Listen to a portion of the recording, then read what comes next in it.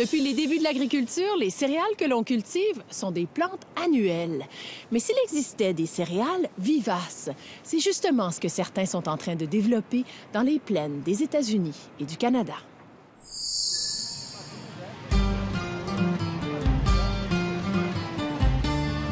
La foire de l'État du Minnesota attire chaque année 2 millions de personnes.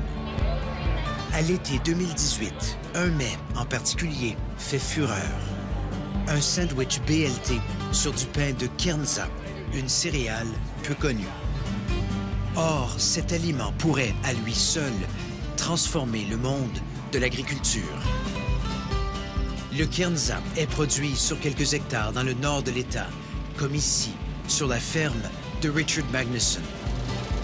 Ces plants qu'il fauche ont été semés il y a 2 ans, car le Kernza est une culture vivace qui produit du grain pendant plusieurs années. La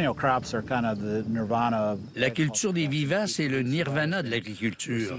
Aucun besoin de semer ni de labourer des champs et nous produisons de la nourriture. Cette nouvelle culture, c'est l'aboutissement de 50 ans de travail pour bon nombre de chercheurs. Parmi eux, Don Wise, professeur d'agronomie à l'Université du Minnesota. Beaucoup de gens affirmaient qu'une vivace ne pouvait pas consacrer une plus grande part de ses ressources à la production de semences.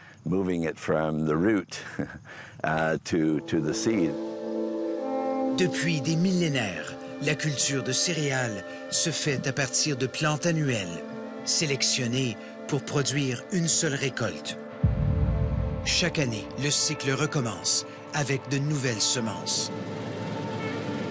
Or, cette façon de produire de la nourriture a un impact énorme sur nos écosystèmes. Source de consommation majeure de combustibles fossiles, l'agriculture est aussi la cause principale de la pollution des plans d'eau.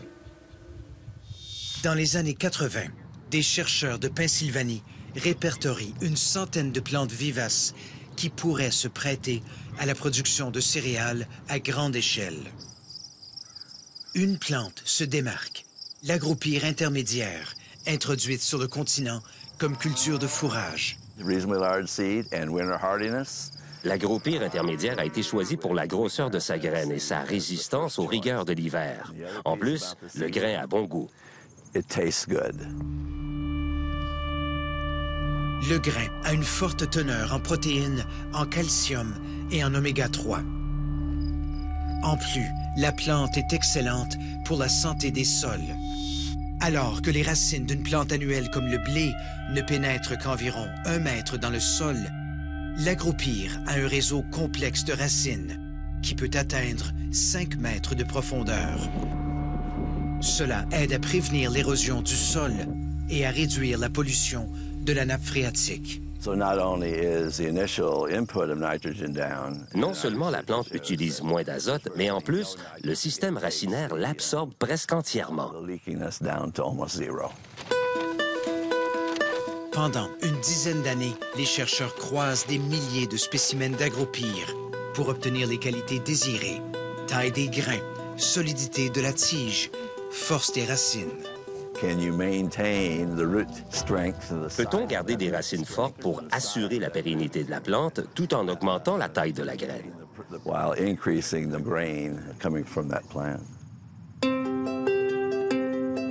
En 2013, Don Wise a enfin sous la main une première variété d'agroupir créée pour la production agricole. On l'appelle Kernza. C'est dans le nord de l'État qu'ont lieu les premiers essais en champ. Nous cultivons des vivaces dans cette région depuis longtemps, comme le trèfle et d'autres herbes. L'un de nos principaux problèmes, c'est l'humidité élevée du sol au printemps qui peut retarder les semis.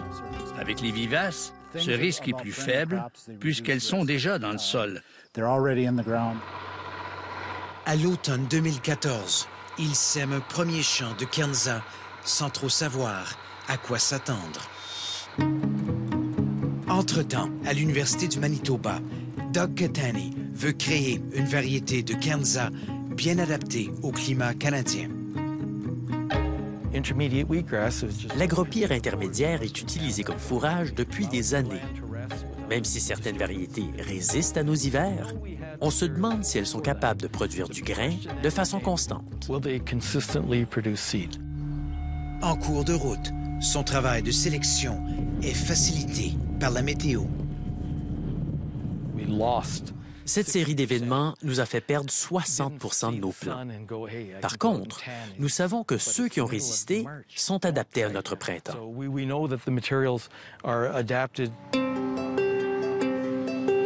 À l'été 2015, au sud de la frontière, Richard Magnuson est l'un des premiers producteurs américains à récolter un champ de Kernza.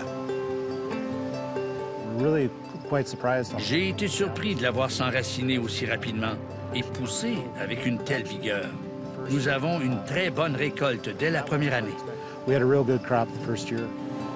Ses voisins et lui produisent 11 000 kilos de Kernza cette première année. Une partie du grain est achetée par une brasserie artisanale qui produit une bière au Kernza. Mais la vraie question demeure, la céréale se prête-t-elle à la production de nourriture? Minneapolis, métropole qui était au 19e siècle la capitale mondiale des meuneries.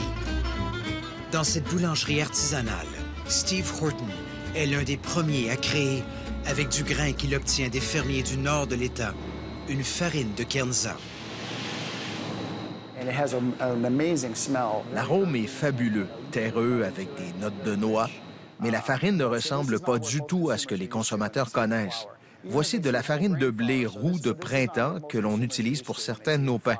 Vous voyez que la couleur et la consistance sont bien différentes de la farine de Kernza. Outre la couleur particulière, la taille du grain de Kernza est un défi.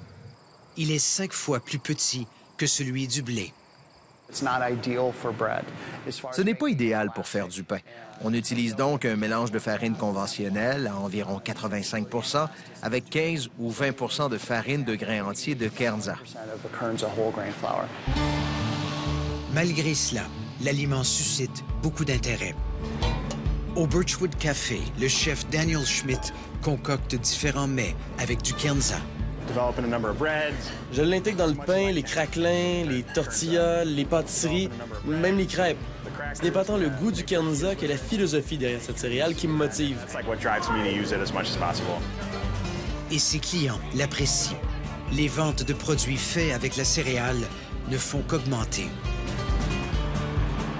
Ailleurs en ville, l'entreprise Dumpling & Strand fabrique des pâtes fraîches avec de la farine de Kernza. Les arrivages de Kernza sont très irréguliers, alors nous ne produisons que quelques fois par année. Mais la céréale suscite beaucoup d'intérêt. Souvent, les gens font la queue le matin et tout se vend en moins d'une heure. Mais il y a un hic. La farine de Kernza coûte 5 fois plus cher que celle de blé en raison des stocks limités. Le marketing est donc ralenti par une production très modeste. Jake Youngers from the Department of Agronomy and Plant Genetics. Les chercheurs de l'Université du Minnesota misent sur des rencontres comme celle-ci pour assurer l'avenir de la céréale. Des ateliers dans des communautés rurales où ils rencontrent les fermiers, les élus et les entrepreneurs. Ces municipalités ne sont pas choisies au hasard. L'agriculture conventionnelle n'est plus soutenable ici. Les taux de nitrate dans leurs nappes phréatiques sont très élevés. Certaines communautés ont même été obligées de construire des usines de traitement d'eau potable, ce qui a entraîné des dépenses de plusieurs millions de dollars. Les promoteurs de la céréale sont convaincus que le Kernza pourrait être une piste de solution aux problèmes grandissants de pollution des sources d'eau potable. Mais selon eux, ce n'est pas aussi simple que de faire pousser davantage de Kernza.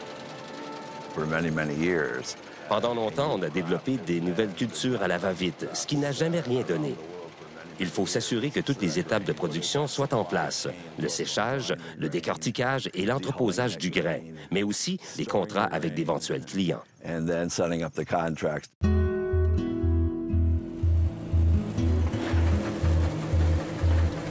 Fin de l'été 2018, un moment que Doug Catani attend depuis plusieurs années. La récolte sur les parcelles expérimentales de l'Université du Manitoba de la toute première variété canadienne de Kernza. Ce grain servira à semer une trentaine d'hectares de Kernza sur des fermes manitobaines à l'automne 2019. D'ici 10 ans, j'espère voir naître une production de Kernza qui atteindrait les 2000 à 4000 hectares. 5,000 to 10,000 acres.